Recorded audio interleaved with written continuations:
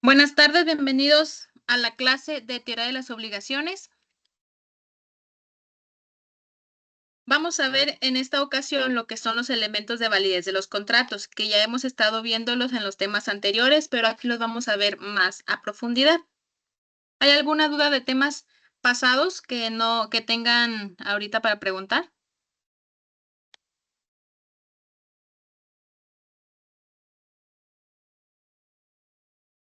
No, bueno, entonces voy a entender como que todos vamos a la par. Igual, si hay preguntas más adelante, porque ya se empieza a complicar un poquito el tema respecto a conceptos y cosas de los contratos que vamos a tener más técnicas, con confianza pregunten.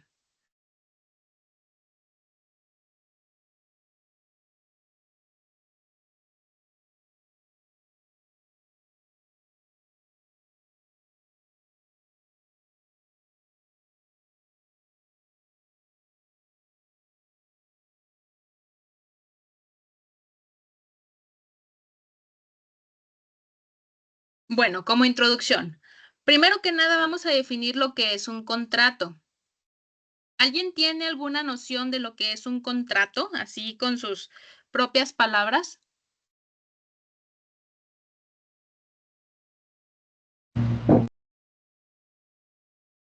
Pues yo tengo un comentario, es un documento donde puedes disputar una negociación entre dos partes o dos personas. Sí, ahí se va atisbando un poquito lo que viene a ser un contrato, lo que todo el mundo conocemos. Cuando pensamos en un contrato, pensamos en un documento que tiene un montón de cosas escritas y firmado por dos personas o por las personas que vayan a intervenir en el contrato. Ahora sí, ahora sí técnica, vamos a ver, se trata de un acuerdo entre dos o más personas o partes que crea obligaciones y derechos jurídicos. ¿Por qué creen que estas obligaciones y estos derechos tengan que ser jurídicos? ¿Por qué no pueden ser obligaciones y derechos sociales?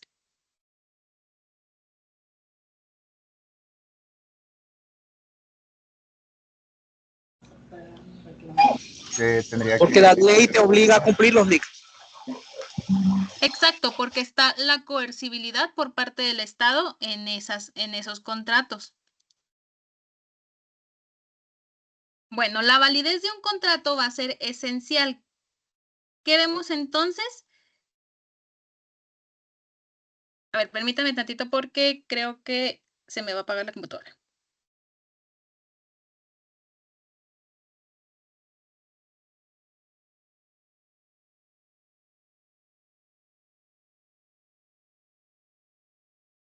Ya, si vemos que la validez del contrato es esencial, ¿por qué? Porque asegura que el acuerdo va a tener efectos legales y que las partes van a poder exigir ese cumplimiento de las obligaciones. Por eso, esta obligación y este derecho tiene que ser jurídico y no hablando de normas sociales.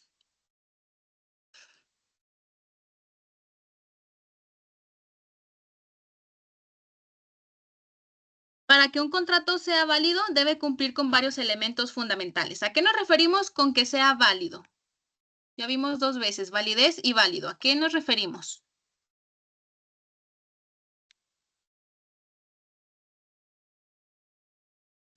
Pues a que tiene validez, a que cumple con los elementos para ser considerado un contrato ante la ley. Ok, pero más llanamente sería a que existe y sirve. Simple y sencillamente. Por eso es válido. Si fuera inválido, se tendría por no puesto, por nulo, no existiría, no tendría efectos. X. Bueno, para esta validez debe de cumplir con elementos fundamentales.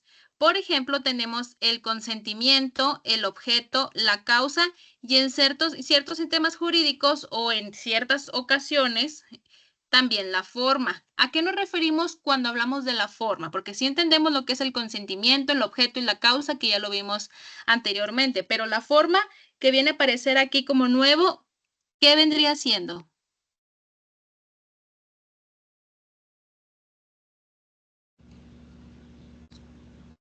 Es como el procedimiento, ¿no? El cual se tiene que cumplir para llevarlo a cabo.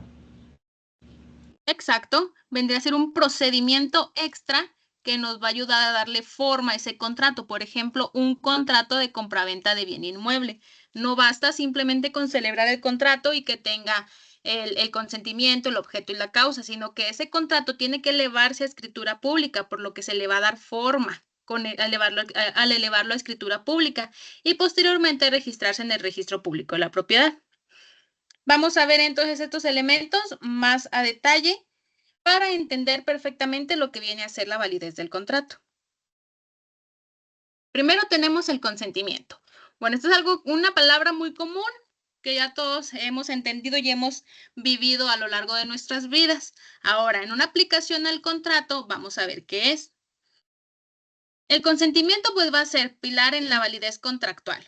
Se va a referir a una aceptación libre y consciente de los términos del contrato por parte de las partes involucradas. ¿A qué se refiere esto?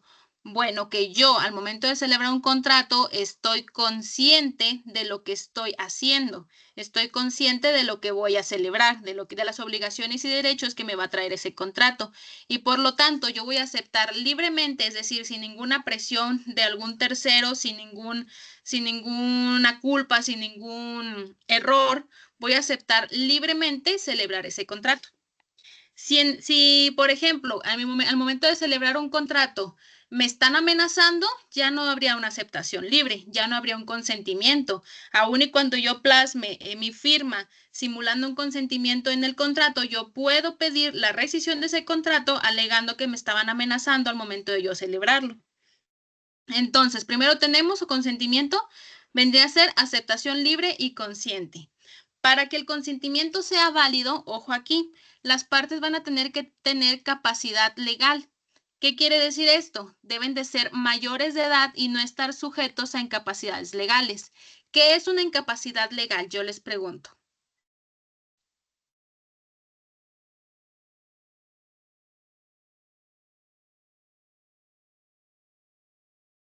¿Debería ser menores de edad? Sí, puede ser que sea incapaz alguien que es menor de edad. ¿Alguien Alguien que, más? Alguien que no puede dar su consentimiento por algún tipo de problema o alguna limitación. Exactamente. Entonces, en palabras simples, la incapacidad legal viene a ser un estado que se va a producir cuando una persona no puede gobernarse a sí misma. ¿Debido a qué? Pues a que hay alguna deficiencia física, una deficiencia psíquica. Esto va a implicar que pues haya otra persona que tenga que velar por los intereses de esa persona, que en este caso sería un tutor.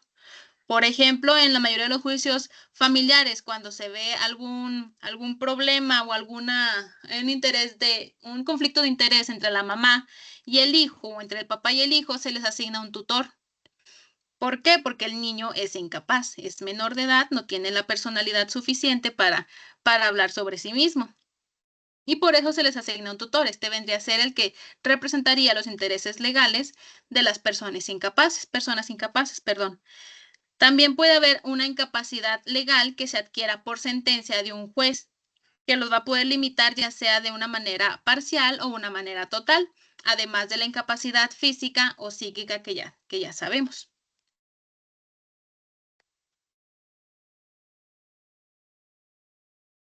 ¿Dónde me quedé?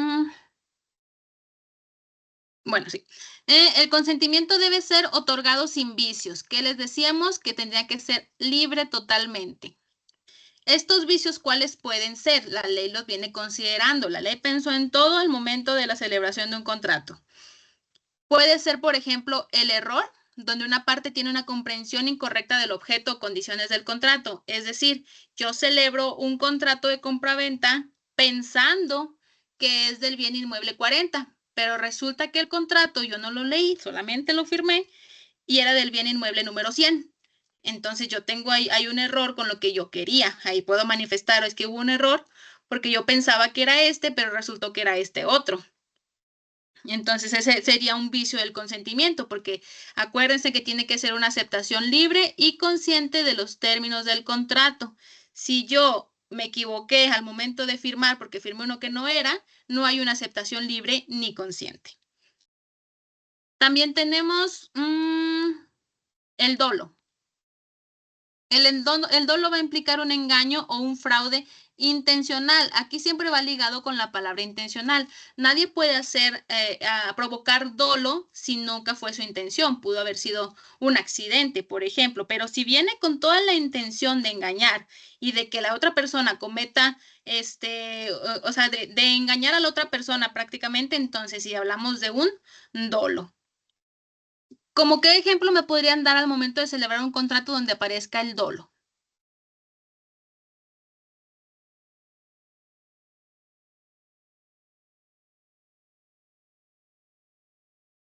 Pues puede ser una venta fraudulenta, maestra. En el libro cita un vendedor que está ofreciéndole a un cliente el Estatua de la Libertad y es algo que pues, no está en sus posibilidades vender, entonces eso es un engaño. Ok, sí, también ahí el objeto como que anda un poquito ilícito. Exactamente, una compra fraudulenta, por ejemplo. Otro ejemplo. Yo sé perfectamente que un inmueble no me pertenece. Yo estoy consciente de eso. Sin embargo, veo que ese inmueble tiene tiempo abandonado, no he visto movimiento ni nada. Entonces, ¿qué hago? Lo publico en Facebook. Estoy vendiendo tal terreno ubicado en tal lado. Me contacta una persona y yo se lo vendo, me da un dinero y al momento de que la persona quiere poseer ese inmueble que según ella compró de una manera correcta, viene el fraude, viene el engaño que sufrieron. ¿Por qué va a poder rescindirme el contrato a mí, el contrato de compraventa de bien inmueble que yo celebré con ella? Pues porque hubo un dolo de mi parte. ¿Sí queda claro lo que es el dolo? Sí, maestra. Sí. Ok, ahora vamos a la coacción. La coacción viene a ser la imposición de una voluntad ajena mediante presión física o moral. Ahora sí, amenazas, chantajes, todo lo que se les ocurra que implique una presión física o moral, nos va a atentar a la aceptación libre y consciente que tiene que tener el consentimiento. Y tenemos, por último, el temor, que viene a ser el miedo a un daño inminente, que va ligado mucho con lo que es la coacción. La presencia de cualquiera de estos vicios puede invalidar el consentimiento. ¿Y qué pasa si se invalida el consentimiento? Pues se va a invalidar el contrato. Entonces, mucho ojo con estos vicios del consentimiento, porque si tenemos presente, aunque sea uno, y por más leve que lo veamos, porque, por ejemplo, el error puede ser menos grave que el dolo, pues de todos modos, o que el temor o que la coacción, pues de todos modos ese contrato va a ser inválido. Vamos a ver lo que es el objeto del contrato, pero aquí me lo pusieron trabajo. Pero bueno, el objeto de un contrato va a ser el bien, el servicio o la prestación que se va a prometer según el acuerdo. Para que el objeto sea válido debe de cumplir varios requisitos. Ya vimos los vicios del consentimiento, el objeto también tiene requisitos. ¿Cuál vendría a ser el primer lugar? El primero de estos requisitos sería que sea determinado o determinable. Oye, aquí era determinado. No, disculpa porque yo no hago las presentaciones. Debe ser determinado o determinable. ¿A qué nos referimos con determinado o determinable? Bueno, a que esté tal cual señalado de qué se trata o que se pueda señalar de qué se trata. No podemos, por ejemplo, hablar de, por ejemplo, ¿qué les pondré como determinable? Un terreno con hectáreas, unas 100 hectáreas, pónganle. Y decimos que este terreno pues se te va a dar en comodato. ¿Saben qué es el comodato? El comodato es usar el bien a título gratuito. Entonces vas a usar este terreno, pero solamente donde haya piedras rojas. Y el terreno está inmensamente grande. ¿Dónde vamos a encontrar esas piedras rojas? Entonces empezamos a ver que ese objeto que es que me den la posesión de un pedazo del terreno que tiene piedras rojas, pues no está siendo muy determinado, que digamos. A mí dime, tú vas a tener la posesión de este pedazo de terreno que mide de este lado tantos metros, de aquel lado tantos metros, que colinda con tal calle, que colinda con el terreno de tal persona, X. Eso es determinar el terreno. Si, por ejemplo, en un futuro me van a decir, pero no te preocupes, al ratito te decimos cuál pedazo va a ser del terreno, o sea, te lo vamos a determinar más adelante y si es posible determinarlo. Entonces tenemos que cumple con esta parte de determinable, o sea, que en el futuro va a poder ser determinado. Debe identificarse o ser identificable en el futuro para tener una suficiente certeza. Además, el objeto debe ser posible de realizar. No puedo yo obligarme a que te voy a bajar la luna, por más enamorado que esté, si no puedo hacerlo. Entonces, ese objeto estaría mal. No se puede exigir una prestación que sea físicamente o jurídicamente imposible. Jurídicamente imposible, por ejemplo, no te puedo exigir yo que me vendas un terreno, pues que no es tuyo. O sea, yo qué te estoy exigiendo a ti si tú sabes que no es tuyo. Si yo sé que no es tuyo, ¿por qué te voy a exigir que me lo vendas? Entonces es jurídicamente imposible. Y finalmente el objeto debe ser lícito. ¿Qué es lícito? Pues que no debe estar prohibido por la ley, simple y sencillamente. Por ejemplo, muy en el sur que se usa lo de vender a las hijas por vacas o cambiar a las hijas por vacas, será un contrato verbal y lo que sea, pero no es lícito. ¿Por qué? Porque contraviene las normas de orden público y en este caso los derechos fundamentales. Y un objeto ilegal o imposible puede llevar a la nulidad del contrato. Entonces vemos que, por ejemplo, un error, un vicio del consentimiento nos va a llevar a una invalidez del contrato. Pero cualquiera de estos requisitos del objeto nos va a llevar a la nulidad del contrato. ¿Me pueden decir la diferencia entre nulidad y validez, según como lo venimos entendiendo?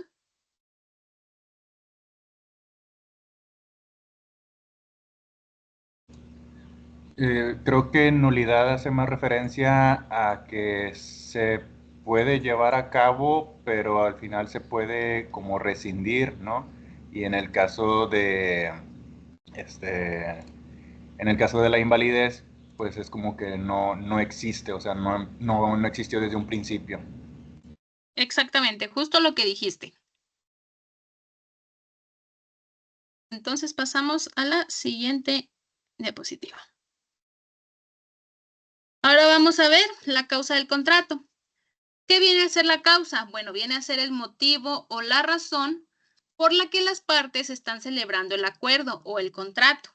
En otras palabras, va a ser la finalidad que cada parte va a buscar alcanzar con la celebración del contrato. Por ejemplo, yo arrendador estoy buscando como finalidad que me rentes y yo como arrendatario estoy buscando, al revés. Yo como arrendatario estoy buscando que tú arrendador me rentes a mí y yo como arrendador estoy buscando que tú como arrendatario me rentes el inmueble que yo te estoy ofreciendo. Esa vendría a ser la causa. La causa debe de ser legítima, es decir, debe estar conforme a la ley y no contravenir normas de orden público. ¿Qué podemos observar de aquí? Pues que cualquier objeto, causa del contrato tiene que ser siempre de acuerdo a la ley. Si cumplimos con todos los demás requisitos, pero vemos ahí un objeto y una causa, no necesariamente los dos, que es ilegal, pues ¿para qué nos mortificamos? Ese contrato no existe. Además, debe haber una existencia real de la causa, lo que significa que la razón para celebrar el contrato debe ser auténtica y no ficticia. Sucede mucho que hay una simulación de un contrato de compraventa, una simulación de un contrato de donación, dependiendo cuál es la que quieren para pagar menos impuestos. Si se llega a enterar alguna de las partes involucradas o la persona que le dio la formalidad que ese contrato estaba hecho con razones ficticias, pues ese contrato se puede caer y además te pues, puedes ir a la cárcel por andar dando falsas declaraciones y andar firmando documentos falsos, etcétera. Pero lo ideal sí se hace y se ha hecho por muchos años y casi el notario es el primerito que te sugiere, bueno, simule usted un contrato de compraventa, pero no quiere decir que sea aceptado por la ley. La causa también debe ser honesta y no debe de contravenir el orden público. Lo mismo. Todo va ligado a que se respete la ley. Si la causa viene a ser ilegítima o es contra el orden público, el contrato va a ser considerado nulo. Al igual que si el objeto es ilícito, también es nulo.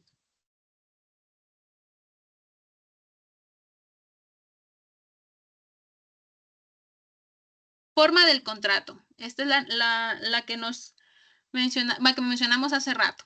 La forma del contrato se va a celebrar a cómo el contrato va a ser celebrado y documentado. Mientras que algunos contratos pueden ser celebrados verbalmente, otros, por ejemplo, van a requerir una forma específica para ser válidos. Por ejemplo, la escritura pública, que va a ser necesario para contratos que van a involucrar bienes inmuebles o ciertos actos jurídicos como la consolidación de una sociedad anónima, de alguna asociación. La formalidad va a asegurar que los contratos cumplan con requisitos legales específicos establecidos por la ley. ¿Por qué específicos? Pues porque la ley, al momento de que tú compras o vendes algún bien inmueble, te marca qué requisitos necesitas. Si tú quieres hacer alguna asociación para rescatar perritos y que tengas el reconocimiento del Estado, también viene todos los pasos a seguir para que puedas tener una asociación. Si quieres que tu despacho de abogados sea una sociedad y que diga fulanito de tal y asociados, también vienen los requisitos para que puedas tener esa sociedad. La forma también va a garantizar una prueba documental, lo cual va a ser fundamental en caso de disputas o para la ejecución del contrato. Por ejemplo, yo he tenido casos de que los notarios pues son bien tranzas porque pues el dinero mueve a quien sea y más a los notarios. Entonces, al momento de llegar en un litigio de algún caso de evicción, por ejemplo, que es cuando la persona viene y te reclama que le vendiste un bien que no te pertenecía y que le regrese su dinero, pues puede que esa persona no haya sabido que el bien no era suyo. ¿Por qué? Porque tenía sus escrituras en orden, tal cual. Y la otra persona que vino a quitar a mi comprador, también tiene las escrituras tal cual. Entonces, esos requisitos, que tenga las escrituras, no va a garantizar que seas dueño o que se haya celebrado el contrato de manera legal. Acuérdense, el primero que esté registrado en el registro público de la propiedad va a ser el primero que va a tener derecho. Primero en tiempo, primero en derecho. No importa si ese haya sido el 15º que compró ese terreno. Si tú hiciste el procedimiento correctamente hasta llevarlo al registro público de la propiedad, vas a ser dueño y vas a ser oponible ante todos. La falta de forma requerida pues puede llevar a la nulidad del contrato o la imposibilidad de su ejecución. Por eso acuérdense, siempre que vayan a comprar algún bien inmueble, se eleva a escritura pública y luego va y se registra el registro público. Vienen ligadas los dos. ¿Alguna duda en la forma del contrato?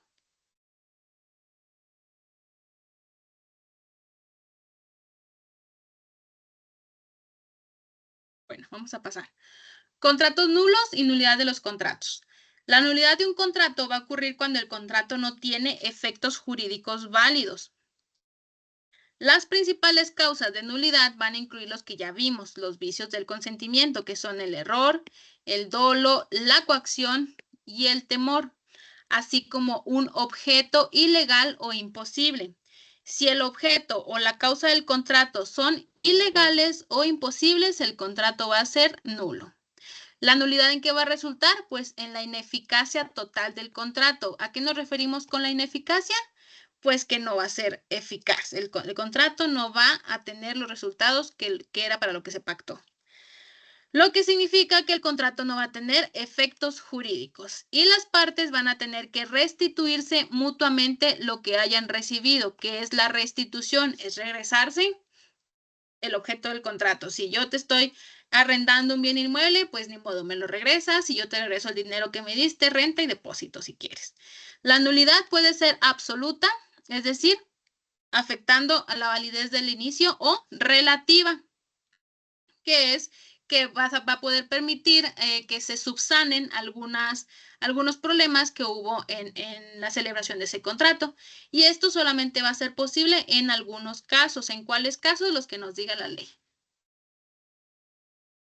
Efectos de la validez y la nulidad en la práctica. En la práctica, pues asegurar la validez de un contrato va a ser esencial. ¿Para qué? Para evitar problemas legales. Esto es todo lo que queremos, evitar problemas legales. Cuando alguien quiere celebrar un contrato, precisamente lo celebra para evitar problemas legales. Y asegurar el cumplimiento de las obligaciones.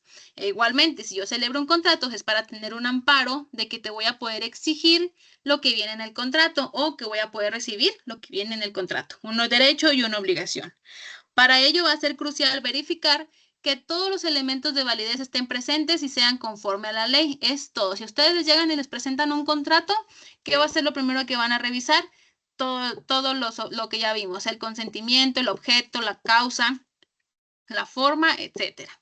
En caso de nulidad, las partes deben enfrentar las consecuencias legales. ¿Qué tenemos como consecuencias legales? Pues las que incluyen la restauración a su estado original antes de la celebración del contrato, o, por ejemplo, la evicción, que es la que les mencionaba hace rato, que puedan venir a demandarme a mí que yo les vendí un bien que no era mío. O si hay algún vicio oculto en el bien, en el mueble que yo vendí, por ejemplo, un carro. Si yo lo vendo y resulta que trae algún problemilla eléctrico que no se podía ver a simple vista, sino con el uso, pero yo sabía de ese problema, pues también pueden venir y demandarme por vicios ocultos. Revisar caso de estudio de contratos válidos y nulos puede proporcionar una comprensión más clara de cómo se aplican estos principios en situaciones reales. Como conclusión, pues hemos cubierto los elementos de validez esenciales para los contratos, el consentimiento, el objeto, la causa y la forma. Y además, pues ya vimos todo lo que traía, los errores del consentimiento, perdón, y los requisitos para que el objeto sea válido.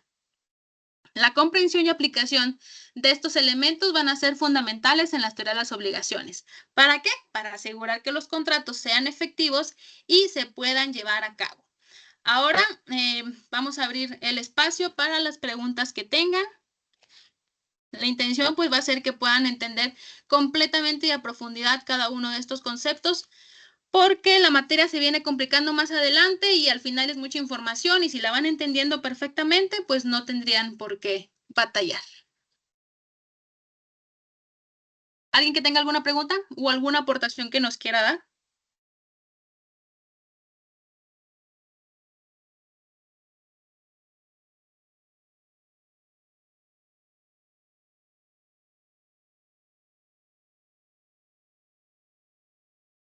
Nadie.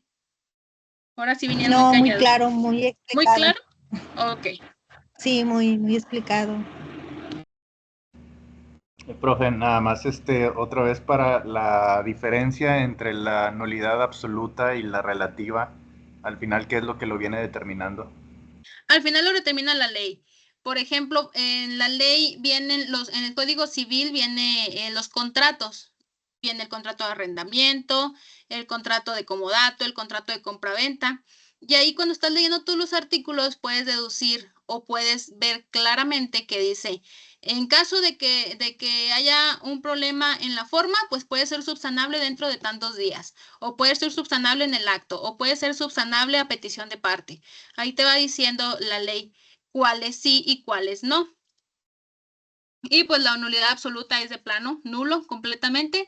La nulidad relativa, pues viene en los casos específicos marcados en la ley. Más adelante, cuando veamos contratos, lo vamos a poder ir determinando contrato por contrato.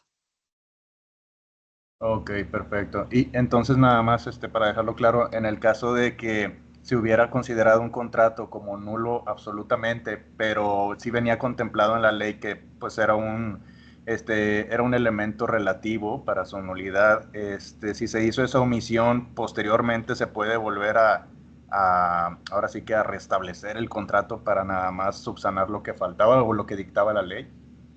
Si se hace una nulidad absoluta, sin haberse fijado en lo que decía la ley, tú puedes interponer un juicio ordinario civil, precisamente diciendo eso, me están rescindiendo, me están nulificando este contrato por tal motivo, pero la ley aquí dice en tal artículo que es subsanable. Pero eso ya sería mediante un juicio ordinario civil, si quieres seguir peleando ese mismo contrato. Si en cambio dices, bueno, pues ya que me lo nulifiquen, déjame hago otro, ahora sí subsanando, no hay ningún problema. Pero si vas a pelear que te hagan nulo o no te hagan nulo un contrato, ahora sí es un juicio ordinario civil. Ok, perfecto. Muchas gracias, maestra. ¿Alguien más?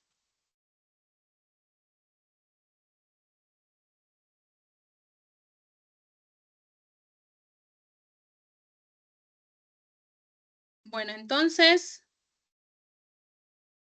nos vemos la próxima clase. Déjenme ver si tengo aquí la información de la actividad de la semana. Maestra, ¿la próxima clase va a ser también a la misma hora? Sí, a la misma hora. 6 a Ok. 7, por favor.